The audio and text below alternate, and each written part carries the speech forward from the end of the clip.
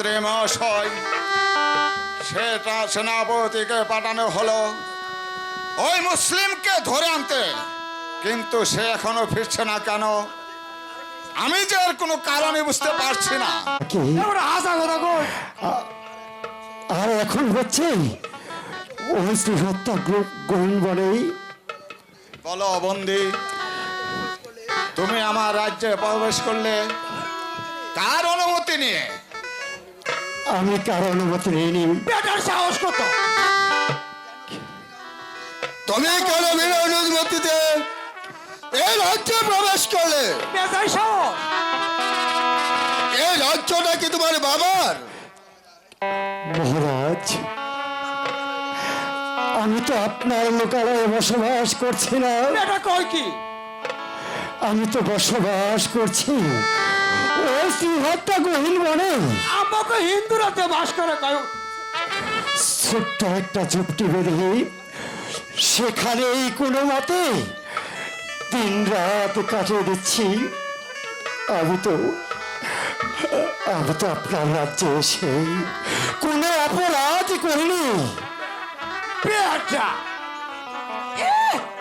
আমাদের রাতে বিনা অনুমতি চাইছে, আবার কয় কোনো অপরাধ করে না, একটা জোড়া ছুড়িয়ে ভালো ব্যাপারে সাহস কত তো? হ্যাঁ, আমাদের মহারাজের সামনে হ্যাঁ কয় কি আমি তো কোনো অপরাধ করি নাই, একটা জোড়া। ফিরিঙ্গি, আগে আমাকে জানতে দাও, বুঝতে দাও, আচ্ছা আমাদের রাজ্যে কেন এসেছে? হুজুর, মহারাজ ওই শালার বড় সাহস, আন্তঃসীমা আমি টাইনা না পারি না, ওরা মুন্ডই আচ্ছা আচ্ছা থামলাম, আমি থামলাম। তুমি কথাটা বেশি বলছো ফিরিঙ্গি, আমি তোমাকে থামতে বলেছি। থামলাম। আচ্ছা বন্দি, তুমি আমার রাজ্যে কি কি করেছ আমায় তুমি খুলে বলো বন্দি। মহারাজ, কথা কথা কইস। আমি এই বনে এসে আল্লাহর নিকট এই প্রার্থনা করেছি, আল্লাহ তাআলা যদি আমাদের ঘরে একটি ছেলে সন্তান দেয়, তাহলে আমি গরু জবাই করে সেই ছেলের নামে আকিকা করব। তারপর কি করলে? তারপর 1 বছর পর আবার ছেলে হয়, আর আমি ওয়াদা পালন করার জন্য গরু জবাই করে আমার ছেলের নামে আকিকা দেই। বল কয় কি? মহারাজ, এই মুসলিম আমাদের রাজ্যে এসে গো হত্যা করেছে। আমার জানি সহ্য হচ্ছে না। আমার তো মুন্ডই আমি দিয়া। ধীরে মন্ত্রী মশাই, ধীরে, এত তাড়াতাড়ি ওর বিচার শেষ করা যাবে না। সেনাপতি মশাই বলুন মহারাজ। আজ মুসলিমকে ওই অন্ধকার কারাকক্ষে বন্দি করে রাখুন, আগামীকাল ওর বিচার করা হবে। বেশ হুজুর, আপনি ওরে ঠিক মতো পাইলেন, আমি ওটা পড়াতে তো তবে এই মুহূর্তে এই বন্দি কেড়ে যাও ওই অন্ধকার কারাকক্ষে। এই বেটা চল,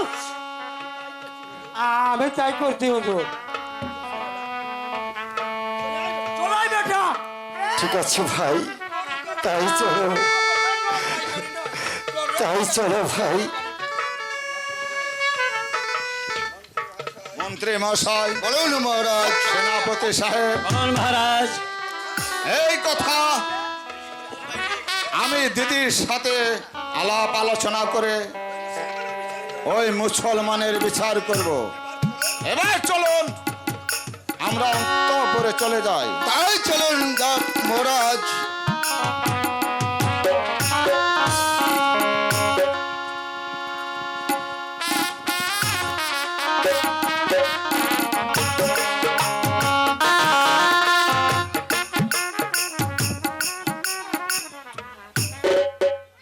সমাপ্ত। লা ইলাহা ইল্লাল্লাহ লা ইলাহা ইল্লাল্লাহ লা ইলাহা ইল্লাল্লাহ লা ইলাহা ইল্লাল্লাহ লা ইলাহা ইল্লাল্লাহ লা ইলাহা ইল্লাল্লাহ। মামা মামা আল্লাহ তাআলার জিকির করতে করতে আমরা অনেক দূর চলে এসেছি মামা। ওই তো সামনে দেখা যাচ্ছে একটা মসজিদ, ওই মসজিদে বসে আমরা একটু আলাপ আলোচনা করে নেই। হ্যাঁ ভাগ্নে, তাই চলো। মামা, আমাদের হযরত মুহাম্মদ সাল্লাল্লাহু আলাইহি সাল্লাম যখন সাহাবীদের নিয়ে আলাপ আলোচনা করতেন তখন তিনি শুধু বলতেন আর সাহাবারা সকলেই শুনতেন। আজ শুধু আপনি বলবেন আর আমরা চুপ করে বসে থেকে শুনবো। হযরত মুহাম্মদ সাল্লাল্লাহু আলাইহি সাল্লাম যখন এই ধর্ম নিয়ে আলোচনায় বসতেন সেখানে আল্লাহ তাআলার রহমত বর্ষিত হতো। আচ্ছা মামা, আমরা যদি কখনো ইসলাম প্রচার করার সুযোগ পাই তাহলে আমাদের সামনে যদি কোনো বিধর্মী বাধা হয়ে আসে তাহলে আমরা তাদেরকে উচিত শিক্ষা ভাগ্নে দেব। পরাণ, কেন মামা? মুসলমানদের রাগ করা একেবারেই হারাম। তাই তোমাদেরকে বলছি কখনো তোমরা রাগ করবে না। আর এই শোনো ভাগ্নে পরাণ, বলুন মামা। আর আল্লাহ তাআলার প্রতি বিশ্বাস রাখবে। হ্যাঁ মামা, আমরা সব সময় আল্লাহ তাআলার উপর বিশ্বাস রাখবো। হ্যাঁ বন্ধু, আমরা সব সময় ইসলামের প্রতি বিশ্বাস রাখবো। বন্ধু জাহান, বিশ্বাস আমার আছে। আমারই মনে হচ্ছে কোথাও জানি আমি দল পল নয়ে রওনা হচ্ছি। মামা, হ্যাঁ ভাগ্নি, ভাগ্নি পরাণ, তুমি আমাকে কথা দাও তুমি কারো সাথে রাগ করতে পারবে না। মামা, এই এই তো আপনার হাত ছুঁয়ে আমি কসম করে বলছি আপনি যতক্ষণ অনুমতি না দিবেন ততক্ষণ পর্যন্ত আমি রাগান্বিত হব না। আমি একটি কথা বলতে চাই বন্ধু। বলুন কথাটা বলবেন কি? বলুন, আপনি কি কথা বলতে চান? আমি আপনাকে অনুমতি দিলাম। আচ্ছা বন্ধু, আমাদের এক সঙ্গী ছিল মোহাম্মদ বুরহান আলী। ভালোবাসার অপরাধে ইরাকের অধিপতি তাকে নির্বাসিত করে দিয়েছিল বন্ধু। কিন্তু কিন্তু কোথাওতে তার খোঁজ পাচ্ছি না বন্ধু। আপনি কি তার কোনো সংবাদ জানে বন্ধু? না বন্ধু জাহান, আমি বলতে পারবো না। আমারই মনে হয় আল্লাহ তাআলা তাকে ভালোই রেখেছে, কারণ সেনি একজন সৎ নেককার মানুষ ছিলেন। আর আল্লাহ ওই সৎ নেককার মানুষকে ভালোই রাখে বন্ধু জাহান। মামা, নামাজের সময় হয়েছে, এবার চলুন অজু করে নামাজটা আদায় করে আসি। হ্যাঁ ভাগ্নি, তাই চলো। লা ইলাহা ইল্লাল্লাহ লা ইলাহা ইল্লাল্লাহ লা ইলাহা ইল্লাল্লাহ লা ইলাহা ইল্লাল্লাহ লা ইলাহা ইল্লাল্লাহ।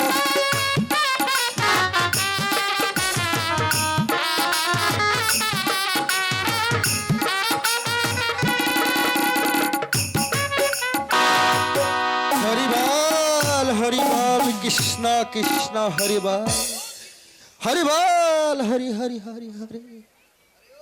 আরে ও গিন্নি, আরে গেলে কোথায়? আরে জলদি করে এসো ও গিন্নি। হায় হায় হায়, এই হত সারা গিন্নিটার নিয়ে আসি জ্বালাই। মরছি আরে মরছি। গেলে কোথায় গো? আমি বড় মরছি হ্যাঁ? কি লিগে যে ভগবানে আর আমার বাবার ঘরে বাবাই এই বেটার হাতে বিয়া দিছে কই থেকে কথা কয়? আরে ও গিন্নি, ওগো আহ, কি হয়েছে তুমি এত চাচ্ছ কেন? গিন্নি একটা কথা বলি। আচ্ছা বলো। আজ না আমার খুব আনন্দ লাগছে। কেন গো তোমার এত আনন্দ লাগছে কেন? ও শোনো গিন্নি, কি আমি আমি কত মানুষের গণনা গুনতে জানি, কিন্তু দুঃখের একটা বিষয় আছে। সেটা আবার কি? আমার নিজেরটাই নিজেই গণনা করতে পারি না। কি রাখা তোমার এরকম আলাপি? কি হয়েছে তাই বলো। কি আর বলবো গিন্নি, আমি আজকে এমন একটা মানুষের গণনা গণেছি, সেই সুদূর ইরাক থেকে এই ভারতবর্ষে এসেছে। এমনকি আমি গণনা করে জানতে পারলাম তার মাধ্যমেই নাকি এই ভারতবর্ষে ইসলাম প্রচার হবে।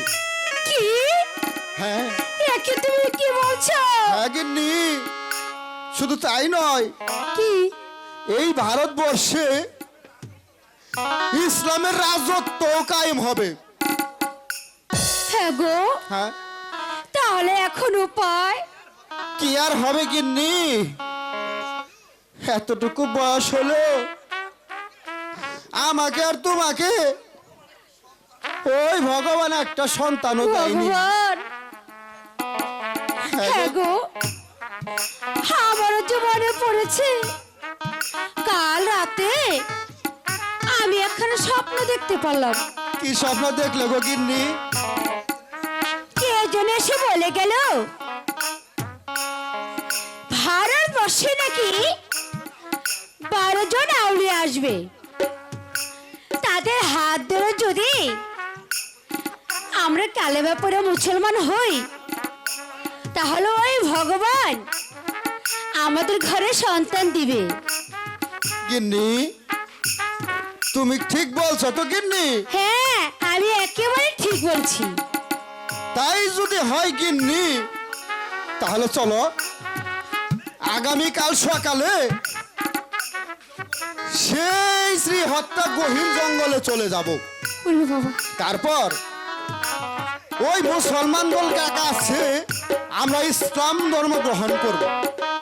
হ্যাঁ গো তাহলে আমরা তাই যাব। তবুও যদি ওই ভগবান আমাদের ঘরে একটি সন্তান দেয়, এবার ঘরে চলো। তাই চলো গিন্নি, চলো তাই যাই। কি হলো আবার? ওই কেরা জানি ডাক দেন। এই তোমার ডাক দেয় না কেউ?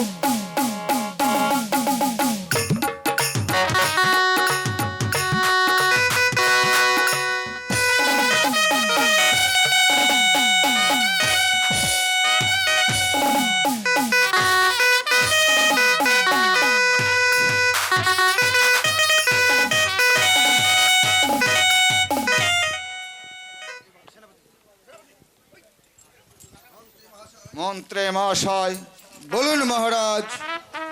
সেনাপতি সাহেব, বলুন মহারাজ। এই মুহূর্তে বন্দি বরহানুদ্দিনকে রাজ দরবারে হাজির করো।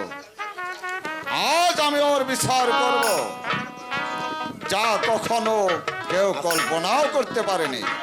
কোথায় ফিরিঙ্গি? বন্দি বোরহানকে এই রাজদরবারে হাজির করো। হ্যাঁ আমি এই যে এখনই আইসা বলছি। এই বেটা তাড়াতাড়ি আয়।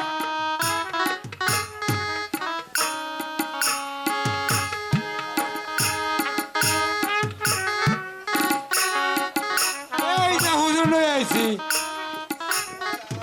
মহারাজ আমার বন্দি বোনহরের বিচার করুন। মন্ত্রী মহাশয়, তার আগে আমি জানতে চাই কেন সে রাজ্যে এসে গো হত্যা করেছে। বলো বন্দি, কেন তুমি গো হত্যা করেছ? মহারাজ আমি গোহত্যা করে আমি আমার ছেলের আকিকা করেছি। এবার আমাকে ছেড়ে দিন। হ্যাঁ, গোহত্যা করলে কি ছেলে পাওয়া যায় বোরহান? সে যাক, যার জন্য তুমি গো হত্যা করেছ এই রাজ্যে, সেই ছেলেটিকে আমি একবার দেখতে চাই। বলো বন্দি, এই ছেলেটি তুমি আমাকে দেখাবে? হুজুর, আপনি যখন আমার ছেলেকে দেখতে চেয়েছেন, তাহলে আমি অবশ্যই আমার ছেলেকে আপনাকে দেখাবো। এবার আমাকে ছেড়ে দিন। না মহারাজ, এই বন্দিকে ছেড়ে দিলে আর ও কোনোদিনই ফিরে আসবে না। হ্যাঁ মহারাজ, সেনাপতি যে ঠিক কথাই বলেছে। এই বন্দিকে ছেড়ে দিলে এই বন্দি যে রাজ্য ছেড়ে চলে যাবে। মন্ত্রী আমিও তাই মশাই, বলেছিলাম। সেনাপতি সাহেব, বলুন মহারাজ। রাজ্য পরিচালনা করি আমি, তোমরা নাও। আমি যা ভালো মনে করব আমি তাই করব। বন্দি, আমি তোমাকে ছেড়ে দেব, কিন্তু আগামীকাল তোমার ছেলেকে সঙ্গে নিয়ে এই রাজ দরবারে ফিরে আসবে। হ্যাঁ মহারাজ, আমি আপনাকে কথা দিচ্ছি, আমি আগামীকাল আমার ছেলেকে সঙ্গে নিয়ে আপনার রাজ দরবারে এসে হাজির হব। ফিরিঙ্গি, বলুন। এই মুহূর্তে বন্দির হাতের বাঁধন খুলে দাও। আমি তাই দিচ্ছি। এবার মনে দেন থাকে, এই যে মহারাজের কথাগুলো তোর ছেড়ে দিন। মহারাজ, এবার তাহলে আমি আসি মহারাজ, এবার তাহলে আমি আসি। ঠিক আছে, তুমি চলে যাও বন্দি। তোমার ছেলেকে নিয়ে আগামীকাল আমার রাজ দরবারে ঠিক হাজির আছে, হবে। আমি তাই আসবো, আমি তাই আসবো। মহারাজ, মন্ত্রী মশাই, এ আপনি কি করলেন মহারাজ? মন্ত্রী মশাই, একজন মুসলমান কখনো মিথ্যে কথা বলতে পারে না। আমিও তাই শুনছি। তাই তো আমি বোরহানকে ছেড়ে দিয়েছি। আর মুসলিম কখনো কথা দিয়ে কথার বর খেলাপ করে না। তাই আমার বিশ্বাস বোরহান তার ছেলেকে নিয়ে আমার রাজ দরবারে ফিরে আসবে। মহারাজ, আপনি যা ভালো মনে করেন আপনি তাই করুন। মন্ত্রী মহাশয়, সেনাপতি সাহেব, এবার আমার বিশ্রামের প্রয়োজন। এবার চলুন, তাই চলুন মহারাজ। চলুন, হুজুর। বল ফিরিঙ্গি, তুই কি বলতে চাস? মহারাজ যে বন্দিকে ছেড়ে দিয়ে কি বুঝাতে চেয়েছেন আমি কিন্তু কিছুই বুঝি নাই। আপনি কি কিছু বুঝছেন? ফিরিঙ্গি, থাক, থাক, থাক। মহারাজ যা ভালো মনে করেছে অলরেডি তিনি তাই করেছেন। তুই আমার সঙ্গে চলে আয়। আচ্ছা চলুন চলুন। আপনার মহারাজ বোঝাইতে গেছে আমরা বোঝাই না।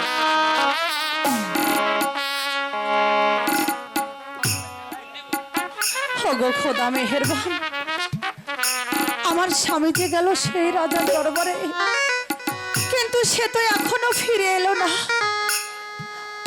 ওগো মেহেরবান খোদা, আমার স্বামী যেখানেই থাক তুমি তাকে দেখে রেখো খোদা। হ্যাঁ, তুমি তোমাকে এত চিন্তিত মনে হচ্ছে কেন মা? বাবা আলাউদ্দিন, তুমি তো জানো আজ 2 দিন হয়ে গেল ওই রাজার লোকেরা তোমার পিতাকে ধরে নিয়ে গেছে বাবা। এখনো যে তোমার বাবা ফিরে আসেনি, তাই তো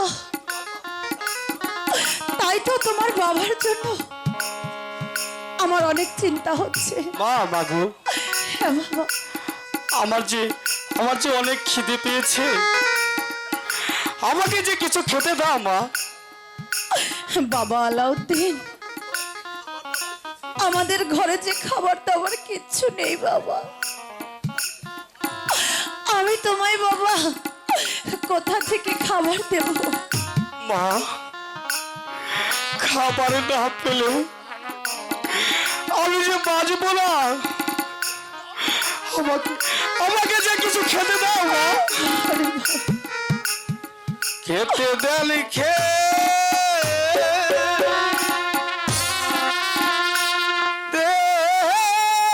দান গো, আলাউদ্দিন, খেতে দেন মহারা গো পালে আম্মা, আম্মা গো আম্মা।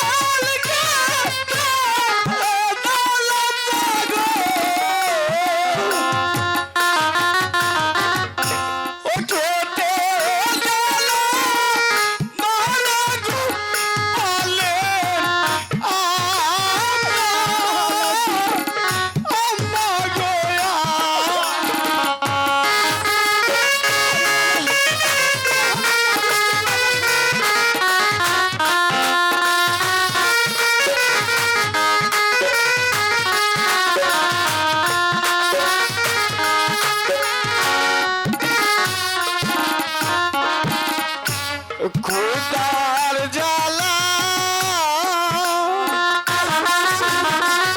পরে জ্বালা গো, ও শহীদ বাড়ি গো বলে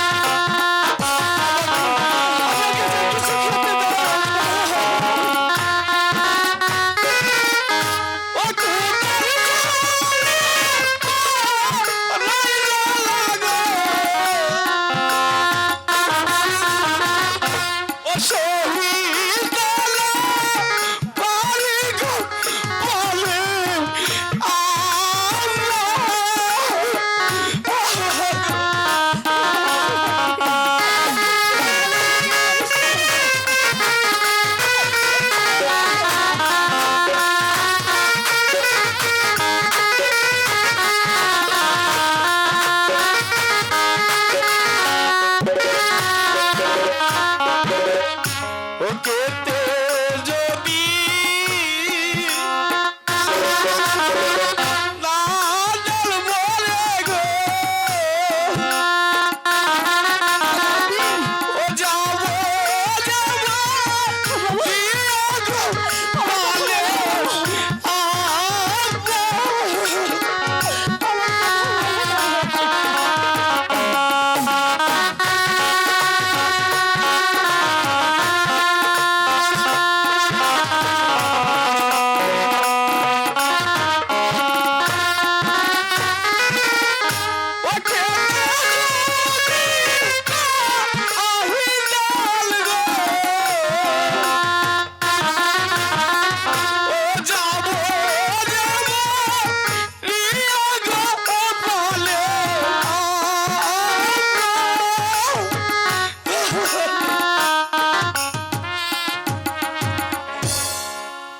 মা,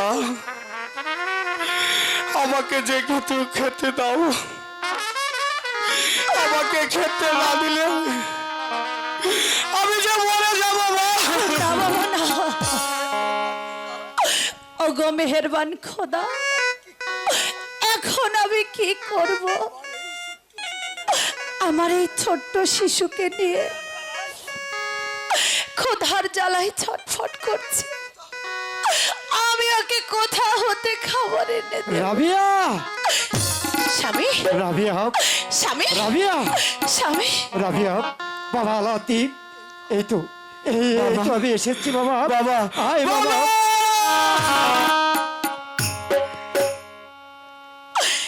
শুক্রিয়া, আল্লাহ দরবারে লাখো লাখো শুক্রিয়া। হ্যাঁ স্বামী, আপনি ফিরে এসেছেন। হ্যাঁ রাবিয়া, ওই রাজ দরবারে আপনার তো কোনো কিছু হয়নি স্বামী। না রাবিয়া, ওই রাজদরবারে কেউ আমাকে কিছুই বলেনি। তাহলে তাহলে কেন তারা আপনাকে এভাবে রাজদরবারে ডেকে নিয়ে গেল স্বামী? রাবিয়া, তাহলে শোনো, ওই রাজ দরবারে মহারাজ আমাকে বলেছে, তুমি গো হত্যা করলে কেন? তারপর আমি বলেছি আমার ছেলে আকিকা করেছি, তাই তো আমি ওই গো হত্যা করেছি। তারপর কি হলো স্বামী? তখন মহারাজ শুনে আমাকে বলল, গো হত্যা করলে কি ছেলে পাওয়া যায়? তারপর আপনি কি বললেন? আমি বললাম, গো হত্যা করে আমি যে আল্লাহ তাআলার আদেশ পালন করেছি। মহারাজ আমার কথা শুনে আমার ছেলেকে দেখতে চেয়েছে। কেন? তাই তো আমি তোমাকে বলছি, আমার একমাত্র পুত্র আলাউদ্দিনকে তুমি সুন্দর করে সাজিয়ে নিয়ে এসো। না আমি ওই আলাউদ্দিনকে নিয়ে রাজ দরবারে যাব। না স্বামী, না। আমি আমার পুত্রকে কিছুতেই ওই রাজ দরবারে দেব না স্বামী। আমার মন বলছে ওখানে কোনো চক্রান্ত লুকিয়ে না আছে। না রাবিয়া, না। তাছাড়া আমি যে ওই রাজ দরবারে কথা দিয়ে এসেছি, তুমি তো জানো আমি কোনোদিন কারোর সাথে মিথ্যে কথা বলি না। বলো রাবিয়া, আমি কেমনই করে আমার এই কথার বরখেলাপ করবো? না স্বামী, না। আমি কিছুতেই আমার আলাউদ্দিনকে যেতে দেব না। রাবিয়া, তুমি একটু ধৈর্য ধরো রাবিয়া। তুমি জানো না রাবিয়া, আমাদের কোনো কিছুই হবে না। দাও, না দাও। আমি দেব না, আমি দেব না, না। না, না, দেব না রে।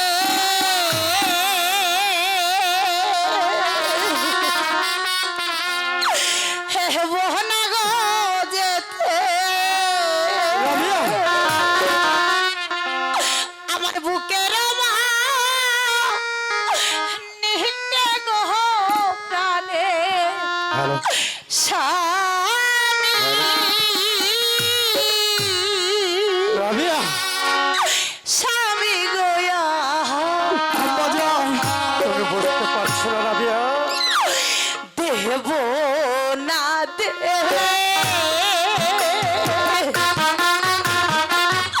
বহ না যেতে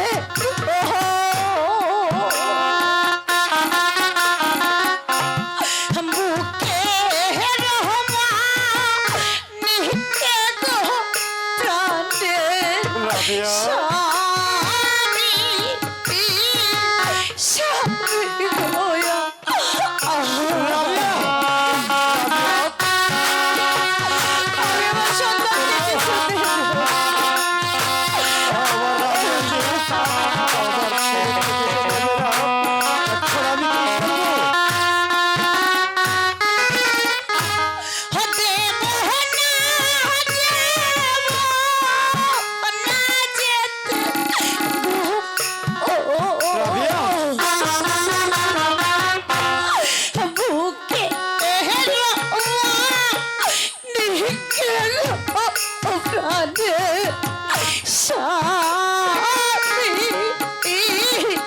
সেই